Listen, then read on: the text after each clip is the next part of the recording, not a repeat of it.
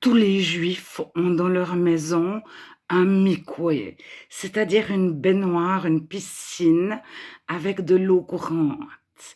Et du temps de Jésus, les Juifs prenaient des bains dans des mikvés. Alors, le mikvé pouvait être un fleuve, c'est-à-dire pas une mare et pas une piscine en circuit fermé où l'eau stagne. Il fallait forcément une piscine avec de l'eau courante. Et le baptême représentait la conversion. Un grec, lorsqu'il devenait juif, se faisait circoncire et baptiser, c'est-à-dire immergé dans l'eau, lavé. Le juif ne séparait pas l'âme du corps et se plonger dans l'eau, c'était laver son corps et son âme parce que toutes les pensées mauvaises qu'il avait eues étaient lavées en même temps que son corps ou qu'il avait entendues. Et Jean, je pense qu'on connaît tous les passages sur le baptême de Jean. Il baptise des personnes euh, avant même que Jésus arrive sur le devant de la scène. Et les personnes, il les gronde en leur disant: vous essayez d'éviter la colère de Dieu, mais vous êtes des hypocrites.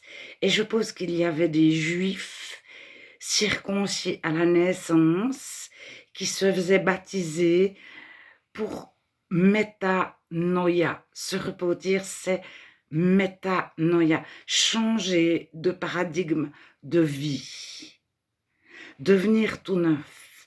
Et c'était lorsqu'on a vécu comme les non-juifs, comme le monde, sans se préoccuper de Dieu. Se faire baptiser, c'était retourner à Dieu pour éviter sa colère.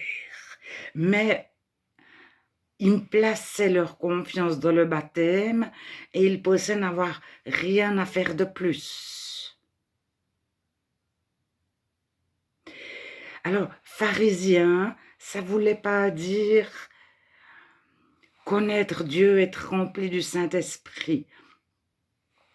Quelques centaines d'années auparavant, beaucoup étaient retournés à Dieu. Et les pharisiens du temps de Jésus étaient les enfants des enfants des enfants qui étaient retournés à Dieu. Donc, à un moment donné, plusieurs avaient pu se séparer de Dieu et plusieurs suivent Dieu. On a l'exemple de celui qui accueille Jésus dans le temple à 8 jours. Siméon, dans l'évangile de Luc, il est rempli du Saint-Esprit. Et ceux que Jean baptisait n'étaient pas remplis du Saint-Esprit. Il s'était coupé de Dieu. Alors, il y avait trois sortes de juifs, ceux qui étaient de famille juive, enfants de juifs. Il y avait ceux qui étaient remplis du Saint-Esprit, qui recherchaient Dieu, etc. Et il y avait les religieux qui instauraient une religion, et c'est eux qui seront très très contre Jésus. Alors, Jean baptisera d'eau beaucoup de personnes.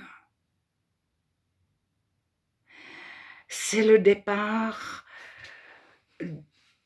du ministère de Jésus. Par la suite, moi je vous encourage à lire les 4 évangiles suivants et les actes.